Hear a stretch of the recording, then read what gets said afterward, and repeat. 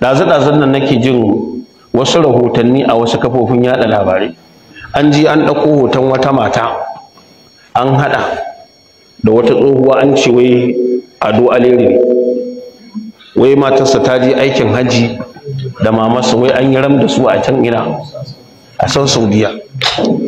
Wannan bidiyon ƙarya ne, ba gaskiya ba ne. Duk ko wanda kaga ya buga wannan a kowane gidan jarida ƙarya ne.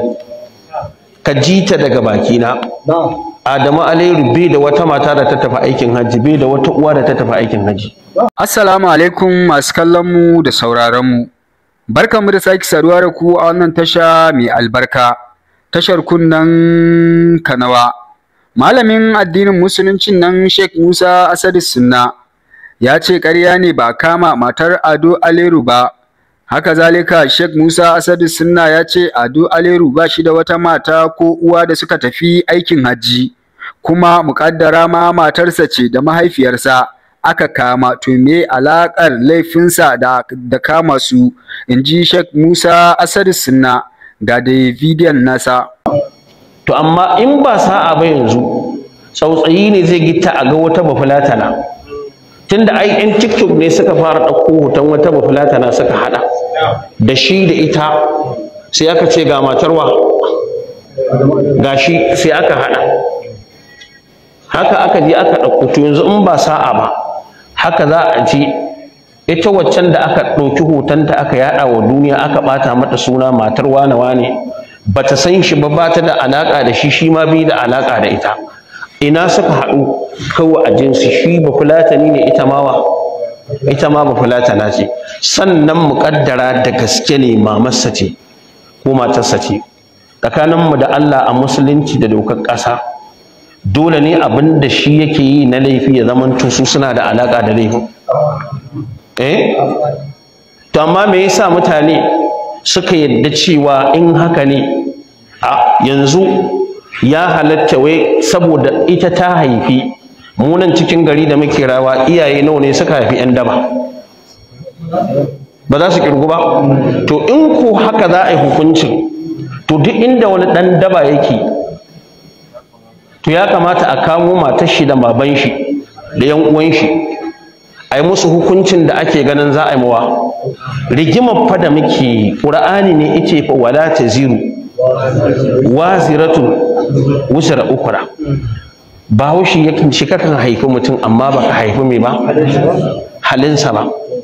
A dokar ƙasa da aka yi sabuwa da dokar Allah ba a yadda a hukunta wani da laifin wani. Wannan fa shine rashin adalcin da muke magana ana yi a ƙasar nan.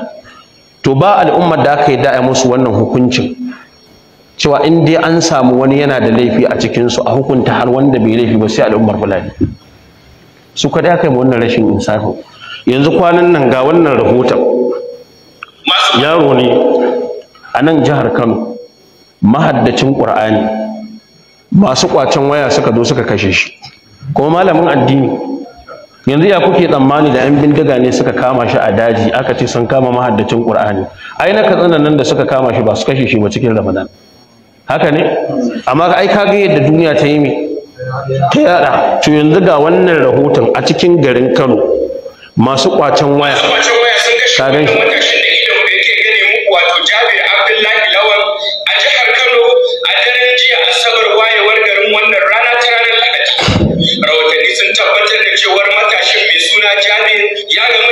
nasa ne akan hanyar gidan sarki a cikin adaidaita sahu inda yake kan hanya daidai lokacin da aka yi zargin masu kilisa sun haddasa cunkoso. A nan ne kuma masu kwacen wayar suka yi amfani da damar su tare da illata shi a kokarin kwacar wayar hannunsa, inda a nan ne kuma mai faruwa ta faru da yanzu haka 'yan uwansa suka tabbatar da rasuwarsa.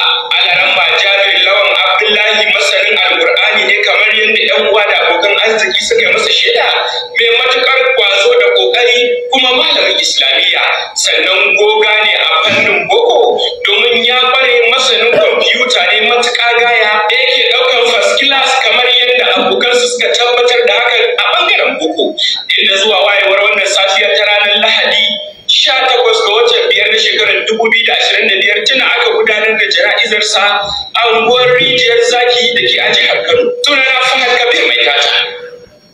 To kun ji mahaddacin ƙur'ani shekaran jiya a ɓangaren kwamfuta da post class yake fita don aka yi jaraba, amma saboda waya wasu sun kashe shi a cikin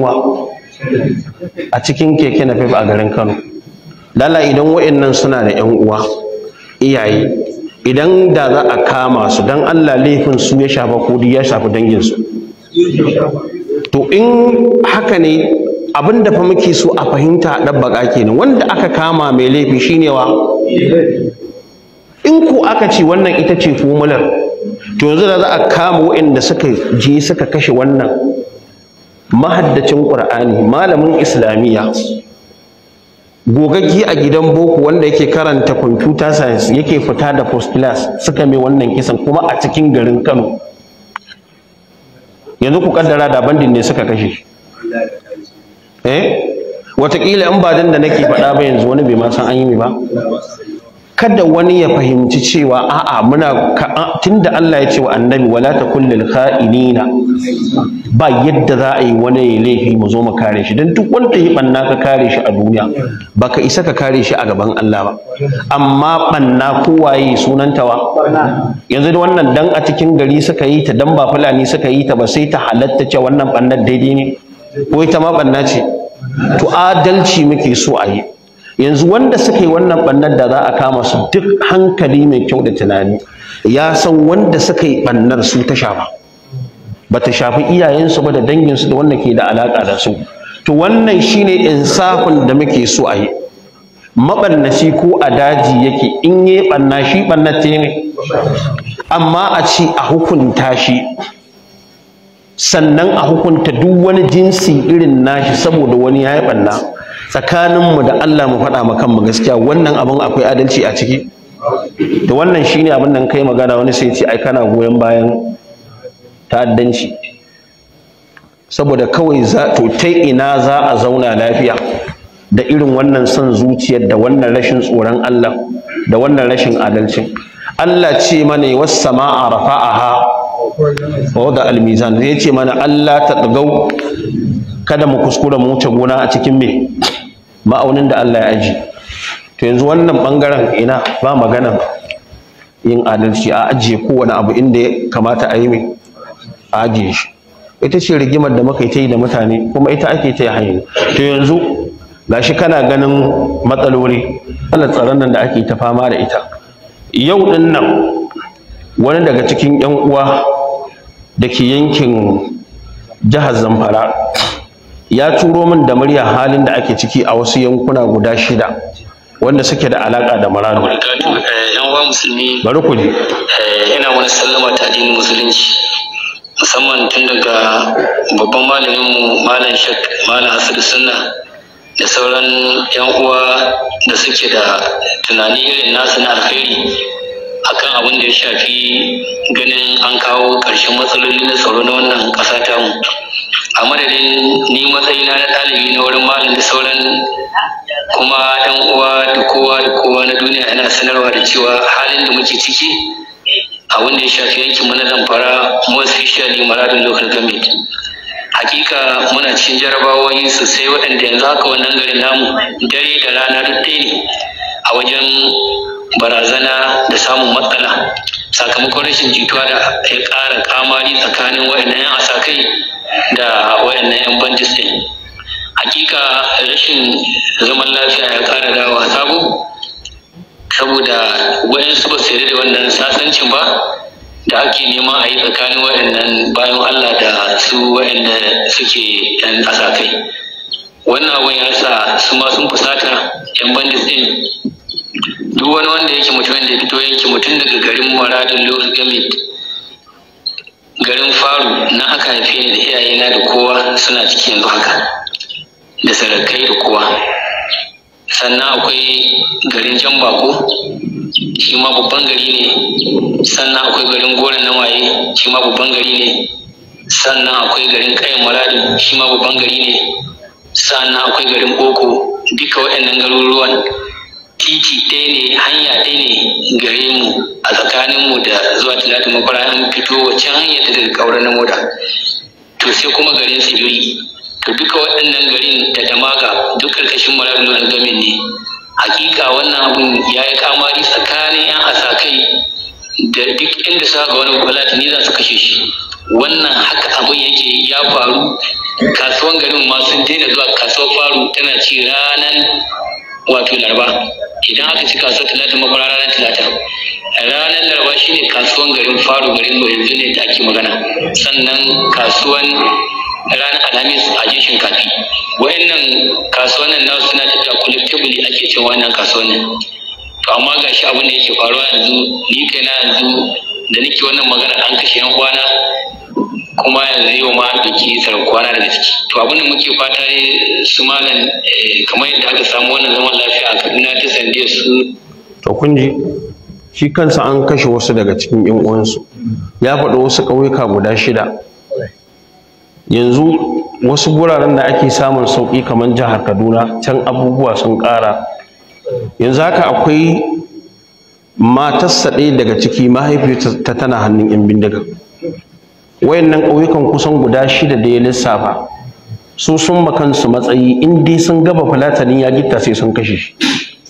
Su kuma 'yan bindigan sun makansu matsayi in dai mutum daga ɗaya daga cikin ƙauyukan nan guda 6 yake in sun kama shi sun kashe shi.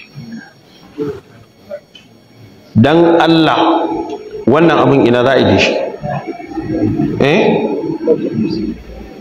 An faɗa muku an ce wannan ba ita ba ce hanyar solution ɗin matsalar nan. Wasu sun ce a'a a ci gaba da bala'i haka, saboda kai baka je inda bala'in yake ba, ka gan shi da ido.